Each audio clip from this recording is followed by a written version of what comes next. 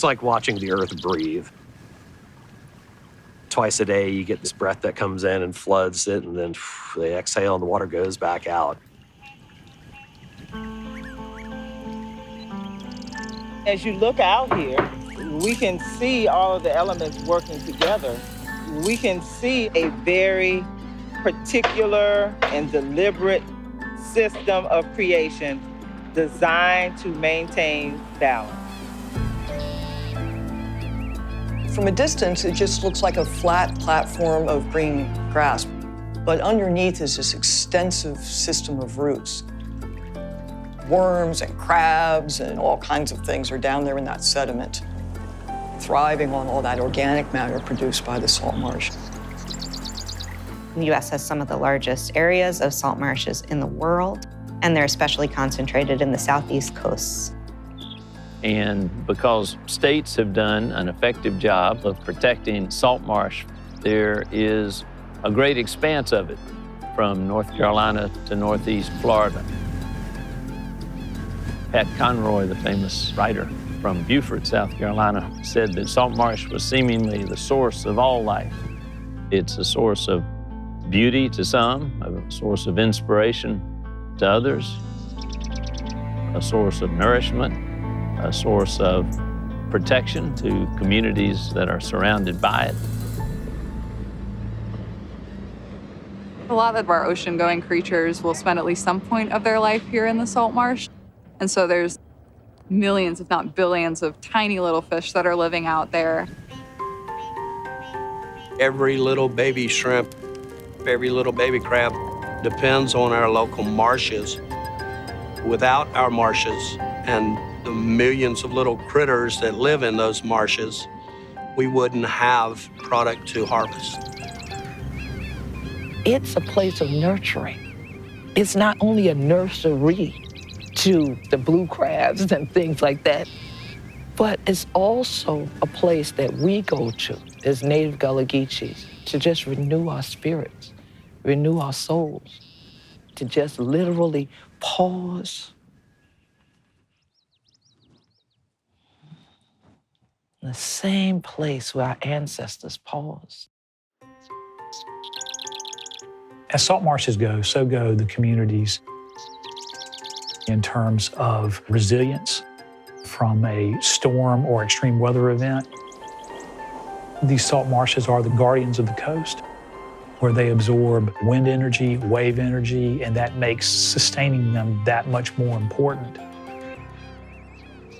The Department of Defense has a fairly large footprint in the southeastern portion of the United States. All of our services are represented there: Army, Navy, Air Force, Marines, and Space Force.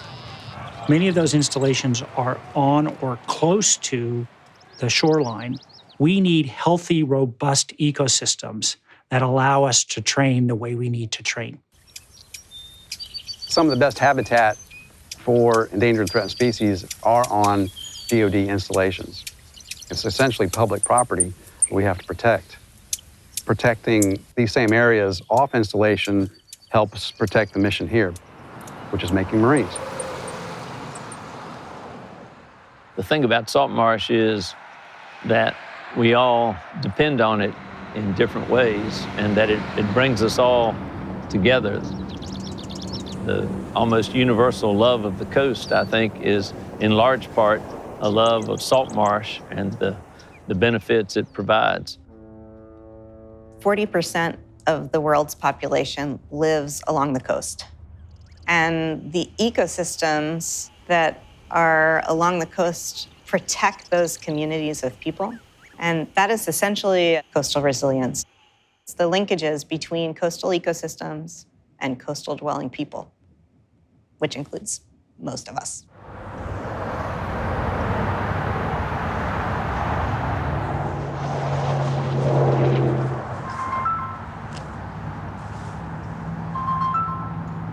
Hello? Hi, Daddy. How you doing? I'm doing all right. How you? Good. What you up to? I'm at the shop washing some washes and doing some trimming.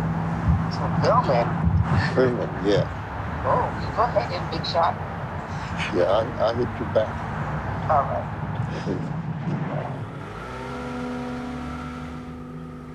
We got the cleanest water on the East Coast. And you can taste it. Not only in the oyster, but the fish, the crab, and all. Where else can you get that? It make you feel like, you know, you're blessed. But it's a different feeling, man. Yeah, it's changing. It's getting harder and harder every year. See them oyster right there? There used to be salt marsh up against that. One time back, you used to see oysters on a low water line. They ain't like that no more. The tide are coming up more higher, and it's eroded the marsh. Now, only thing you see is dead shell. That's all. I can just barely see the cylinder right there below that group of oyster shells. These line of poles mark the marsh shoreline. So that is the set that was established inside the marsh in 2004. That cylinder is like this high above the mud bottom. And when we installed them, it was even with the marsh service. And so since 2008, sea level rise in this area has been on the order of 7 millimeters per year. The peninsula here is probably one of the most fertile farmlands there is in the United States. We can easily average 200 bushels of corn per acre here with no problem at all. When salt water comes in and it stays long enough, it goes from 200 bushels to the acre to as low as 0. And here it is, this is the swung water dike. I've seen water right here where this truck is now, this high up on the dike. And on an average, I'd say we're a good 6 inches higher than we were when I was young. 6 inches is a big percentage when you're not but a foot above sea level to start with. Has a storm ever been over this dike where we're standing? No. Is it? Yeah. One day, there's gonna be enough farmland lost that nobody's gonna be able to make a living here.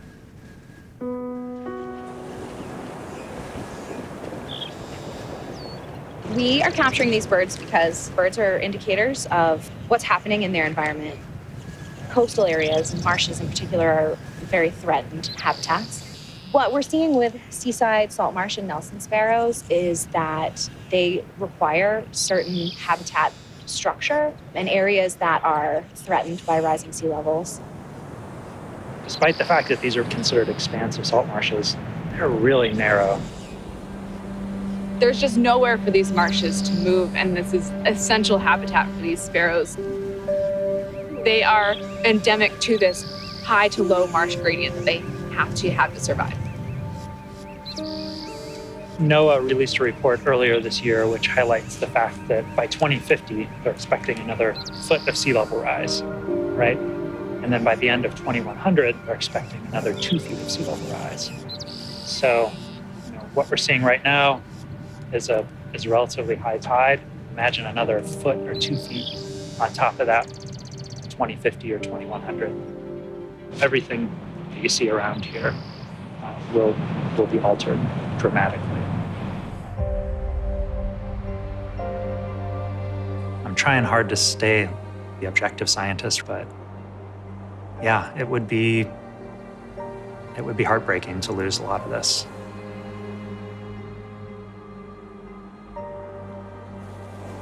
I have to admit, I look at these maps of sea level rise, and it's like a punch in the gut. This is really happening, and I think now is the time to do everything we can to find solutions. The reality is we're late. We're out of time. We already know that. And we have to move out with a sense of urgency and purpose. But that's no excuse to move out unwisely or without broad collaboration. So if you're in a hurry and you don't have stakeholders involved, you're likely to fail. So it's better to have broad stakeholder involvement, community engagement, interagency work, to get a project that is successful from the beginning. It's a wonderful thing when you grow up in a place and other people come to that place and start valuing it. And that was kind of the introduction to the South Atlantic Salt Marsh Initiative for me. Here were people who all came together saying, this thing is so unique and so special and does so many valuable things. We want everybody to value it. So how do we do that? The South Atlantic Salt Marsh Initiative is a partnership between federal and state natural resource agencies, including the Department of Defense, and other partners ranging from the Gullah Geechee Nation to private landowners to environmental groups, all working together to conserve the 1 million acres of salt marsh that currently extends from North Carolina down through Northeast Florida. We've lost a lot of marsh and wetland habitat in the United States over the last several hundred years. On the order of 50 to 60% of historic wetlands have been filled and or developed along the East Coast. And this continues. We do have the no net loss of wetlands policies implemented in the 70s. So that has helped. Development has slowed. The biggest problem we have now is really sea level rise driven. Sea level rise is very likely to result in devastating habitat loss to tidal marshes within the next 50 to 100 years. The saving grace is that we do know that upland habitats are readily converting to tidal marsh through marsh migration. That conversion may not look pretty because it affects coastal landowners and coastal land uses. We can see ghost forests forming where forests die off due to the influence of saltwater. But that process is what will allow tidal marshes to survive into the next century. We have to act in such a manner so as not to eliminate choice. And as soon as you start to take choices off the table, such as destroying a salt marsh, you can't undo it. You can't go back. You can't reverse it. We have to really be looking forward 10 to 20 years. And it's going to take a lot of people trying a lot of different things and trying a lot of different ideas to solve this problem. We talk about long-term protection against erosion, coastal storms, sea level rise. There's a lot at stake here. If we don't get it right, we stand to lose the very foundation of our existence in terms of our economy and in terms of our desire to live here at the edge of the sea. When you see it from the air, you get a completely different appreciation for just how interconnected our coastline is. It doesn't stop at state lines. And that's why I'm so excited when we're able to work with our partners in other states, because really having that uninterrupted marsh protection is going to help all of us. So it's going to take a network and collaboration and a consistent codified effort from these states to come up with a unified way of doing that. We've got a lot of different people, a lot of different opinions, a lot of different expertise, working across different jurisdictions, political boundaries. So it's no small task, but the resources are there. And there's a lot of momentum right now. The salt marsh is easy to love. Our job is to help people understand it, what it really does, this natural resource that is so vital, and we need to do that on a broad scale. I'm seeing nature again through the eyes of my grandkids, and it is phenomenal. I can't imagine their grandchildren not being able to enjoy that. And so I'm going to do everything I can and partner with as many organizations as we can to make this that's before us now, this salt marsh, be here for ever, ever, and ever. The marshes and the rivers, to me, are just like my family. You don't let anything happen to your loved ones, your family, or your kids without giving it all you've got. I want to leave this world knowing that it's not been destroyed on my watch. If we squander this gift, then what does that say to the sacrifice of our ancestors? That's what motivates me. To do them proud. To live a life that they would say, I went through all of what I went through so you could have what you have.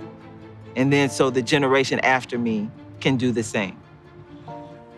We stand at a pivotal moment to think about sustainable future for coastal wetlands, for salt marsh, because the issuance of the conservation plan for salt marsh gives us all a great opportunity to marsh forward together and to apply funding and other resources to the principal recommendations and objectives that are listed in the report.